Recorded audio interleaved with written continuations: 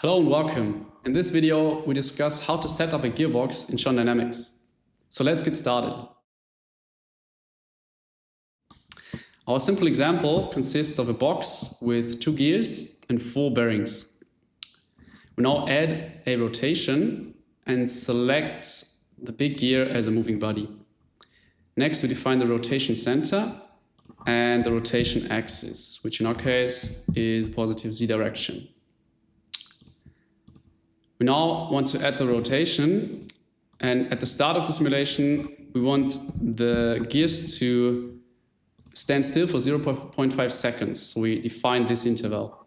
And after that, we want them to rotate for 2 seconds at a speed of 720 rounds per minute. We can now plot this into a data curve to check if we set up everything correctly. Next, we want to open the bearing setups, and we select the bearings on the shaft of the big gear and define the speed factor, which in our case is 0.5, which means that the bearings will rotate with half the speed of the big gear. Next, we want to add a gear link to simulate the transmission of power from the big to the small gear. And therefore, we add the big and the small gear as a rotating body and put in the teeth number. In our case, it's 24 and 16. And once again, define our rotation axis. Next, we open the bearing setups just like before, and always select the bearings on the shaft of the small gear. And we keep our speed factor at 0.5. Perfect. We're done with the setup.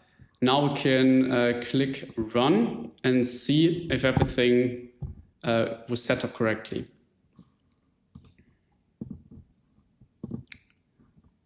While simulating, we can also already get a glimpse of the 3D scene. Therefore, we need to select the box and hide it just to get a look inside.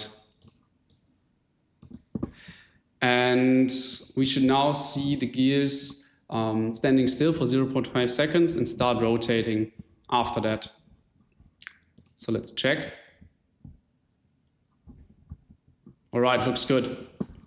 Next up, we want to get a closer look at the rotation speed of our moving bodies. And therefore, we can add a 2D chart and select the moving parts. And now we click to the angular velocity in Z direction. And there we can see the light blue curve. It's the big gear, and it's moving in the positive Z direction. And the dark blue curve is the small gear, which is rotating in a negative Z direction at a faster speed. And those 2 curves are the bearings, which rotate at half the speed of the corresponding gears. All right, now we could check if we set up everything correctly. We did, and we could now add a fluid, for example, a lubricating oil, into the box to simulate the fluid dynamics. I hope you enjoyed watching this video and got a gist of how to implement a gearbox into your simulation. If you want more information and examples, you can check out the shonDy website. And if you got interested in our software, you can request a free trial and start simulating yourself. All right, thank you for watching, and see you in the next video.